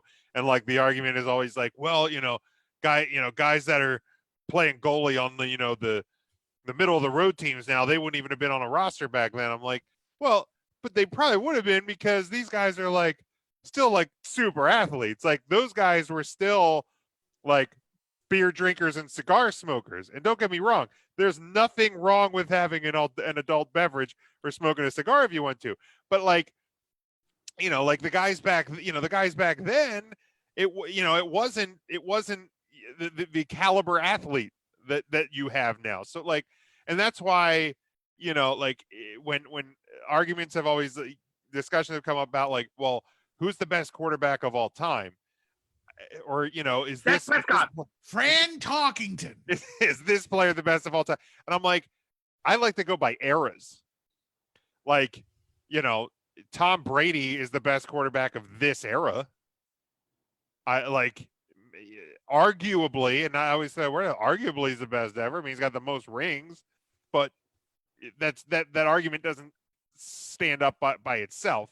The ring argument doesn't stand up by itself, because Dan Marino is one of the best quarterbacks, arguably the best of his era. I still say it's Joe Montana, but I like to go by eras because the game changes so much. the sport changes so much. Wrestling has changed so much. Like go back and watch, because like I still want to do more watch-alongs, just to get content up on our stuff. And I want to yes, I have one I want to do. Okay, do you want to like say it here? Or you want to tell us? I do. What I is do. it? Because we've just passed the anniversary, the 15-year anniversary of One Night Stand. Okay. The ECW One Night Stand show. I'd love to go back and watch Mike Awesome versus Asada Tanaka. Because that match, if I remember correctly, was an absolute banger. And then like Mike Awesome fucking flipped out of the ring for no reason at the end of it, if I'm remembering correctly. But that's one I absolutely want to record as soon as possible. Love it. Let's try and do it this weekend. Bingo. But like when you go back and watch wrestling from 10 years ago, 20 years ago, it's amazing how different it is. Even if you're just talking the WWE product, it's amazing how much different it is. I mean, even from a couple of years ago. I mean, you go like if you would have told a WWE fan around the time of WrestleMania 20 that 10 years from now, Daniel Bryan, and you show them a picture of who Daniel Bryan is, this guy's going to win the world championship at WrestleMania 10 years from now. And then you show them a picture of CM Punk and you go, somewhere in these 10 years, this guy's going to carry the WWE championship for over a full calendar year. You picked a really bad WrestleMania to say that about, though. That was like your small guy WrestleMania. That was Eddie Guerrero and Benoit. Well, right, but in the same time, Guerrero was jacked up for sure. Right, but I mean, I'm just saying around that, like even around that period of time, because you still had Brock was there, you still had Goldberg was there. I mean, they were on their way out, but like Taker, Kane, Big Show, like there was still a lot of big guys around that were like featured players. Not that they're still not big guys that are featured players, but like you probably couldn't have like looked at, because there's still a big difference between Chris Benoit and Eddie Guerrero and Daniel Bryan and CM Punk.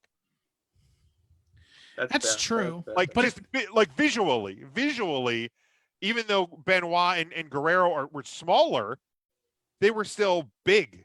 Like Daniel Bryan, CM Punk, those are little guys. They're little guys. That's fair. You're right. That's fair. You show them a picture of Finn Balor and be like, this is going to be the first Universal Champion. For some reason, whenever I think like this conversation comes up and I think you're like comparing big guys to what we have now, like the stereotypical Vince McMahon big guy. In my mind, I always roll my eyes and I think of Sid Justice or Sid Vicious, whatever he was called. Like I just think of Sid, Psycho Sid, and I was like, what an awful idea. And that's where my mind always goes to, like the size of Psycho Sid to somebody like a scrawnier, no offense, CM Punk. Right. I mean, Sid was a big man. Muscles. Sid's ankles are just as strong as CM Punk's, probably. Are they? Jeez. Are they? But yeah, I mean, it's the eras change, and it is, and that's just how it is, and it's like I said, I think that's what I love really right now about wrestling, even just when we're getting on TV. I think we are at a pretty good point, because you can have good wrestling matches. I mean, hell, speaking of Daniel Bryan, that Intercontinental title match last Friday night on SmackDown, one of the better matches of this year, with or without fans. That match was fantastic. Is it in your top 5? I mean, it is on my list of top matches. Like that's what I mean. Yeah, like I have a running list of top matches that made the list. Absolutely. Did the greatest wrestling match of all time make the list? It did. Okay. Mine too. Yeah, because I'm trying to think, like, I want to see if there's anything else from like recently that made that list. The Stampede match made that list. Stadium Stampede. Yeah, I really think by the time this year is out, we're going to have 2 separate like top 5s. We're going to have a top 5 cinematics and top 5 regular matches. I know what cinematic match ain't making my list. The Viking Prophets. The Hinga Dinga Boys and Hinga Dinga Durgan. I like the boys. Yeah, I mean but yeah, AJ. I mean, I had a couple of matches at Takeover. The last Takeover make my list as well. It's gonna be hard. It's gonna be hard to break down that list because there's a lot of matches on my list already. But like, you can have great wrestling matches, but you can also have great spot fests. You can also have great, there's room for everybody at my table is what I'm trying to say. Is like I'm here for it. Like, that's very inclusive of you, Jim. And right, like, I can't believe you didn't comment on the shirt hanging in the Studio L this week. It is not a WWE shirt this week. The little live on Facebook thing covers it on my phone. I didn't even notice really? it, but I'm very proud of you. Yeah, finally got. So the funny story, like they ran the Memorial Day sale on the Pro Wrestling Tees. So it's like I bought the AEW with the American flag that they released for like the short time, the limited release. And I was like, they have the botched shirts, the ones that are like, little misprint or whatever. I'm like, let me throw a botched shirt in there. So I've not bought any AEW merchandise up to this point by the AEW flag logo shirt, and then that's my botched shirt. Is the actual AEW logo shirt. So now I have two AEW shirts. All right, let's look at you. Speaking of merchandise real quick. Yeah. Did you guys see that they had put up plaques now from the WrestleMania? They do that, I think, now every year, where they have like a piece of ring canvas or an autograph sometimes. They have a WrestleMania 36 Undertaker Boneyard Edition plaque. The retails for $74.99. And it's individually numbered up to 536. Okay. It contains dirt from the first ever Boneyard match at WrestleMania. It's just a couple pieces of dirt, like glued, like macaroni fucking art, and put in a glass frame from the WWE. Here's the name of the podcast of $75. Macaroni art. Love it. It probably not going to buy that one. But I've noticed they've started doing a lot of like photo, like 8x10, like almost art. Like photo posters from the cinematic matches, because they're trying to pay off all that production time. They're trying to pay off the bankruptcy of the XFL is what they're trying to do. Oof. They did posters for in your house and stuff like that too. I mean, they're very poster heavy. Yeah, I might end up getting one of those AEW. Let me talk about something that pissed me off this week. Here we go. Relating to merch in the WWE shop. So I feel like you should have a button to push real quick. Do I? Oh, Matt would be disappointed. Oh, yeah. Merchandising. So Sunday through Wednesday at 2:59 a.m. they had a buy one get one for $1 t-shirt sale. $1 hair. So if you go to the WWE shop, when they run that particular sale, there'll be a link that you click on that takes you to all the shirts that are to be included in the buy one get one for $1 sale. So I click on the link, and at the very top is the NXT in your house home sweet home shirt, because the one with just the logo on it only went to 3X. However, the home sweet home one, which also featured the cartoony set, it went up to 4X. So it's listed there on the sale. Perfect. All right, now what's my other shirt I'm going to find? I scroll down. I forget which one it was. Put that in my cart. I go to my cart to check out because it should be somewhere around $30-ish with shipping. And my cart says $56. Nope, that's not right. Like, wait a minute. So I went back, and apparently the shirt, the NXT shirt, was not included in the sale. Roasted. So the boom, roasted. the WWE. So the WWE shop has a live chat option. So Big Jim's like, I'm going to speak to customer service. Okay, Karen. No, what's the name you gave to a male Karen on the Final Wrestling place? Kevin. I thought it was Brad? I thought it was a Kyle. Brad. I think you said it was a Brad. Okay. So I'm like, all right, I'm gonna go full Brad here. So I get on there and I wasn't mad. I just said, hey, like this is an issue. Let me show you a screenshot. It's listed. You know, you can't show them screenshots. But I'm like, I copied the link. I said, so if you go, I know it's weird. So I'm like, if you go here to this link, it shows that it's buy one get one for $1. But when you go to check out, and they're like, well, it's not that shirt's not part of the sale. I'm like, well, clearly it's not part of the sale. You're failing to miss my point, though. It's listed on the sale link, so I should be able to get. Well, there's nothing we could do. And I just wanted to tell them, shut your ass, but I couldn't because I don't want to be that guy. But I was like, you got to be shitting me. Like, how does that happen? Like, somebody has to code something to put that shirt onto that portion of the site. Like, that's false advertising, is it not? If I click on a sale link and the item's there, I should get it for that deal. Now I will say this, Big Jim. Yes, go ahead. Maybe I'm in the wrong. Did underneath the shirt it have the red text? It didn't. Then you're at fault. Because every time on the WWE site, no, that's what it is. I know. The special shirts always have the special thing underneath the shirt. I know. But I thought, you know what? Shame him. I don't have a shame button. I'll let chat do it. Yeah, you go ahead and shame me. But I thought, like I thought maybe I could get it. So I haven't gotten my takeover shirt yet, but I want that takeover poster. But I guess I was in the wrong. Wrong, sir. Wrong. You're All wrong.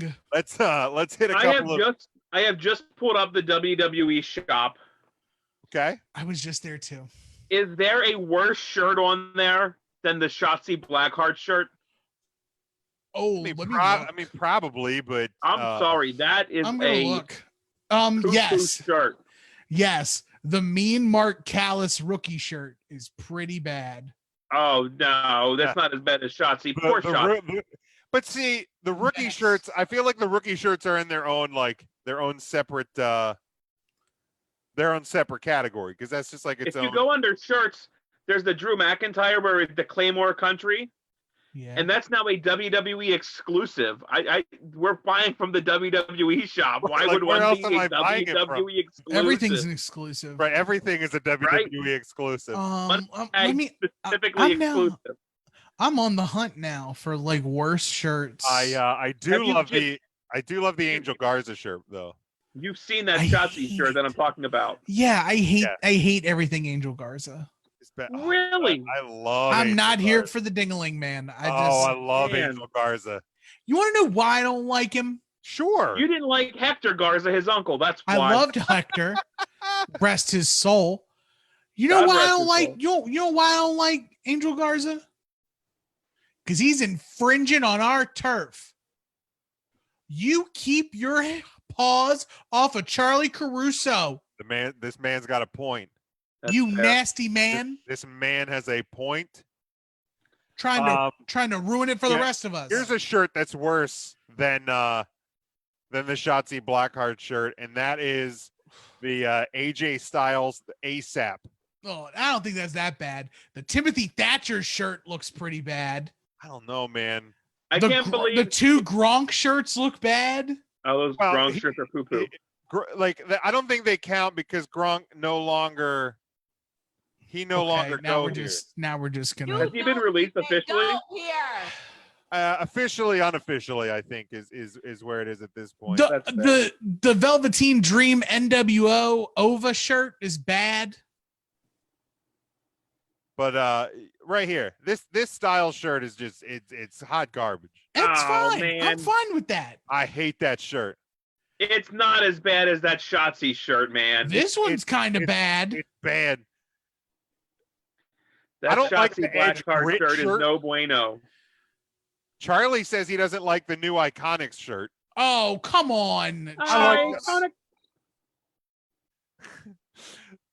This one's bad. Where is it? I don't mind ASAP. No, sorry, I was pulling up a different one. Pulling up ASAP. But, well, it's because I thought it was a different. I thought it was a Mrs. different Morrison shirt. It's not that good. The Dakota Kai's shirt is hot garbage. Man, I still don't think it's worse. I don't know. I'm stuck on that. It's not good. It's no bueno. Oh, I was going to get the other shirt I was going to get was the Triple H 25 years shirt. That's also kind of bad. I like that one, but I'm a Triple H mark, so. That's true. Look at the Timothy Thatcher shirt. Go up. You just passed it. Where is it? It's above the Gronk shirt. Oh, yeah, that's not good. That looks horrible. That's not good. Yeah, that's not great. Hey, we're going to put doo-doo brown on black. I mean, let's just be happy for a moment that Timothy Thatcher has a WWE shirt. Thatch Thatch can. That's fair. Dude, so I almost bought the Ham and Slam shirt. Oh, that's bad too. Can I also say something really quick? Sure. WWE is missing the boat on the fact that we can't get the working man shirts personalized. You know, that is a great point, Tim. Working man Otis and working man Tucky. You mean to tell me we can't get working man Big Jim? But I thought about buying the Ham and Slam. If it wouldn't have had the cartoony Tucky and Otis, I think I would have bought. Like if it just would have said Ham and Slam. What if it had just the cartoon Otis? Okay, probably. I do love me some Otis. Or like with his big belly hanging out. Oh, Pretty lady. Ham and Slam. What did I tweet? It was when she wants to Netflix and chill, and you just want the Ham and Slam. Ham and Slam. All right, let's hit a couple of news items here, and then we'll wrap up here. Evolve Wrestling is I guess it was announced today, a couple days ago. Gabe Sapolsky announced that the company is ceasing operations for the time being, no longer running events moving forward. The report, which was I think over the weekend, that the WWE may be purchasing Evolve, including their tape library, is not true. At least that's the report as of right now. Of course, WWE and Evolve have had a working relationship in 2015, and they had their anniversary show on the WWE Network. I mean, nothing's really running right now. So I don't know the whole story there. I don't know if either of you are more aware of what else is the situation there. But I mean, they can say that the reports that WWE buying them and the tape library are untrue, but they might just be untrue today because they haven't gotten to that point. If the company's going to go belly up, I'll tell you this: WWE is going to buy that library. Like, you know, it just is what it is. I mean, yeah, that Evolve library would do really, really good on the WWE Network as an add-on if they still want to cease operations of Evolve as it is, but run Evolve 1 through whatever number they're up to. It's stuff I would absolutely want to watch. It's stuff that you would get people that you don't see in the WWE, and then highlight some of the younger talents, some of the more established indie wrestlers, AR Foxes, some people like that, and get some exposure for them from that Evolve library. I think that would be worth it to purchase. I don't know how much it would be worth, but I'm sure the WWE could get that for a nominal fee. Sure. I saw this over the weekend. Joey Janela says he's responsible for turning Tony Khan into a White Claw fanatic. In a new interview, he revealed AEW president knows how to party. Speaking on the latest episode of the Doughboys podcast, Janela said Khan's Claw fandom has soared to incredible heights. I've got Tony Khan into White Claws. He carries around a duffel bag full of them. If we go to a restaurant, they don't have White Claws, then you know there's a duffel bag full of claws underneath the table. He said, "Isn't that good enough to be rich enough that you can bring your own alcohol to a restaurant?" Right. He said, "You'll rarely ever see beer at the after party. You'll have to bring it yourself if you want it, or else you're drinking White Claws." He also said takeout is not far away when Khan is involved. We go back to the hotel. Tony throws a party. This happens every week. Eventually, after an hour or two, he'll order about 100 Whopper sandwiches for no reason. Or there'll be 18 people partying, and he'll order 300 tacos. Is this Tony Khan or Jim Cornette? Like, what is going on? Right? Like, triple. I want a double Whopper, extra cheese. All I know is I want to party near Tony Khan. Give me White Claws and Whoppers. Hello. Big Jim, you ain't going nowhere near that party in these trying times. Well, during these trying times, absolutely not. You got to pay the risk. Those parties are happening now. Yeah. How bad do you want it, sir? I ain't need that. Eating Corona. I ain't need that now. I do not need that now. But I've never drank in a White Claw. I've never had I don't like seltzer. I don't like seltzer water. If you don't like flavored seltzer water, you will not like White Claw. That sounds about right. Perfect. I am more of a Truly guy, as opposed to a White Claw kind of guy. Oh, look at me! I'm Jim. Have you tried the Bud Light seltzer? I have nice teeth. I haven't tried the Bud Light seltzer. I've tried White Claw and I've tried Truly. I've heard Bud Light seltzer is really good. I've heard they are very good. There's a couple other ones I've heard are really good too. Is the Natty Light? Natty has like a lemonade one. Have you seen that? Like I've had the Natty, like the strawberry lemonade beer. Or is that beer or is that a hard seltzer? It's like a strawberry lemonade beer. Oh, okay, that's a beer. And it's actually not terrible, especially when you're talking Natty. What a sell! It's actually they're not sending me sponsorship money. If they want to send me sponsorship money, I will shield the shit out of that stuff. It was college and it was getting you drunk. It didn't matter if it was fucking 30 Stones or Natty Ice or Natty. It didn't matter as long as it was getting you drunk. No, one of my go-tos by the time I got to the end of my college career was Lion's Head. That shit was $10 a case, mother-fucker. Oh god damn it, that was bad. I loved it. I loved it. I'm so happy. And the camo triple malt that I used to drink freshman year because you could sneak 40s into the dorms real easily. Oh, that stuff was foul. And that's when you were on the half gallons of Bankers Club vodka, right? It was a handle of the weekend, my guy. Yeah, half on Friday, half on Saturday. And I wanted to go down to the Dollar Tree and get that damn Dino drink. Their knockoff Gatorade. For the chaser. Yeah, mine was 2 40s on a Friday, 2 40s on a Saturday. And that was me. I was in and out. Not good. Ice House. There's a blast from the past. Thank you, Charlie. All right. Paul Heyman. Of course, he fired from his job at running Monday Night Raw. He was working under 2 WWE contracts, a performance contract and an employee contract. So now he is just talent. The backstage reaction to Heyman losing his power creatively has ranged from some who were, quote, stunned to others who are not shocked and said they had seen signs in recent weeks that the change was imminent. The Observer newsletter reports there's talent on the Raw roster that is concerned for obvious reasons because many of them were not getting any exposure until Heyman came into the fold. Changes, obviously, some of them believed to have happened because of the falling ratings for Monday Night Raw during the pandemic. Yeah, I mean, there's.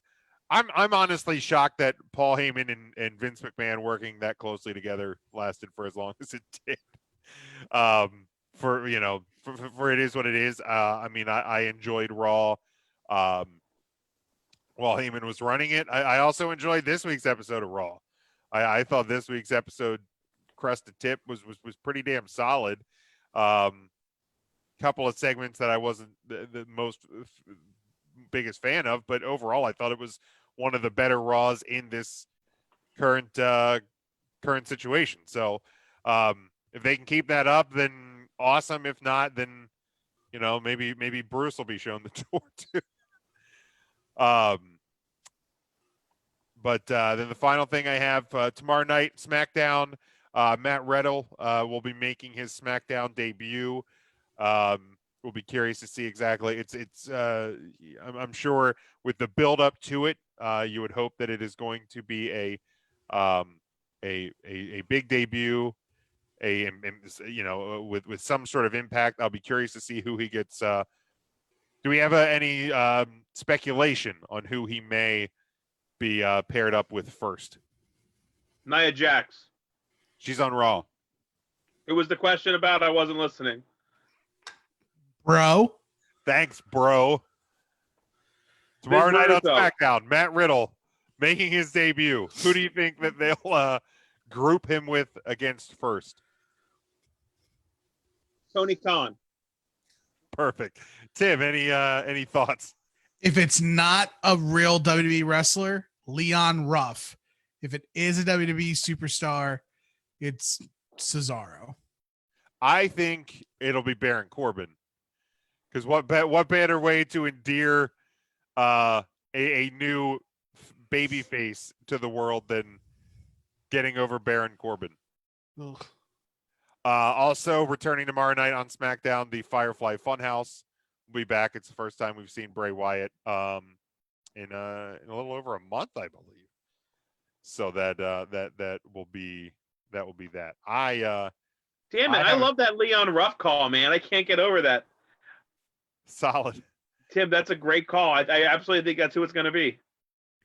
That's Leon a great Ruff. call. Yeah. Jobber. Feed him a jobber. Yeah. I would like. I'd like to see him do something a little more impactful night one. I don't know necessarily that he'll wrestle tomorrow night. I don't know exactly. I'm curious to see how they bring him in. I'm definitely curious to see how they bring him in. I have nothing else. Let's see. Charlie says Ice House was his drink of choice in college from 98 to 01 in the 757. What the hell? Where's that? The 757. That's a Hampton Roads, baby. That's where I'm from. Oh yeah, nice one. Where's it from? Virginia. Oh, Virginia is for lovers. Yes. Beautiful this time of year. It is. Is anything beautiful? At least this time of this year, is anything beautiful right now? Not this year. No, year. That's for sure. All right. I have nothing else. Ryan, do you have anything? Tim, do you have anything to add? Otherwise, we're going to close this thing out. I don't have anything for you today, Jim. I'm so sorry. It's okay. Let's take this I'm effort not home. even upset. Tim, you got anything? Let's take this effort home. All right, let's wrap this up. Tim, where can the people follow you, bruh? At Not the Tool Man across all platforms, Instagram, Twitter, Snapchat, if you care. I stream on twitch.tv/Not the Tool Man every Wednesday, Friday, Sunday. If you want more wrestling talk from me that maybe isn't more current, Final Wrestling Place. You can find it wherever you get your podcasts, Spotify, SoundCloud, Apple Podcasts, Google Play, the whole nine. We are talking about the essential workers of wrestling this week. It is our finale episode. We're taking wrestlers who have gimmicks that are jobs, and we're putting them head to head. One goes in the good place, one goes in the bad place. Last week, we talked about the 7 jobs of Dusty Rhodes. So you're in for a treat. Nice. Very nice. Tim, I always love that logo behind you, brother. That is so good. Ryan, where can people follow you to see you tweet angry things about the Viking Prophets? All I'm saying is TL Hopper better be in the good place. I forget what was the matchup that I proposed. It was TL Hopper versus shit. I don't even remember. But it was TL Hopper versus somebody was the matchup I proposed. Ryan, or Brad, what do you got? Where can people follow you? You can follow me. It's leeibsports.com.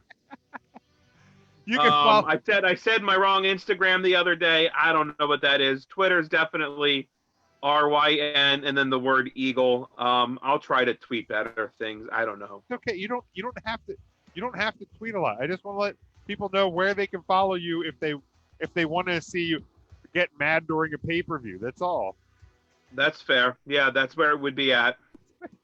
Yeah, All I mean, right. you usually have the 3 count page. I don't want to steal that because people will wonder what happened to 3 count Thursday Why with did that Jim get 180 they negative just all of a pulled. So, yeah, it's RYN and then the word Eagle, or don't follow me. I don't give a shit.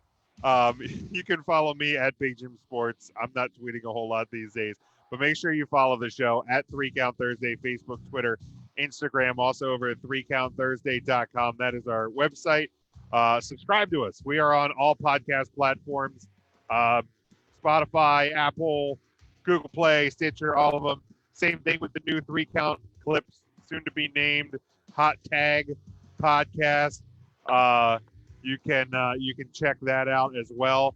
On again all platforms. It'll be up on Apple soon. You can again, all of this is over at 3countthursday.com. Just go over there. But really, just be good. Take care of yourselves.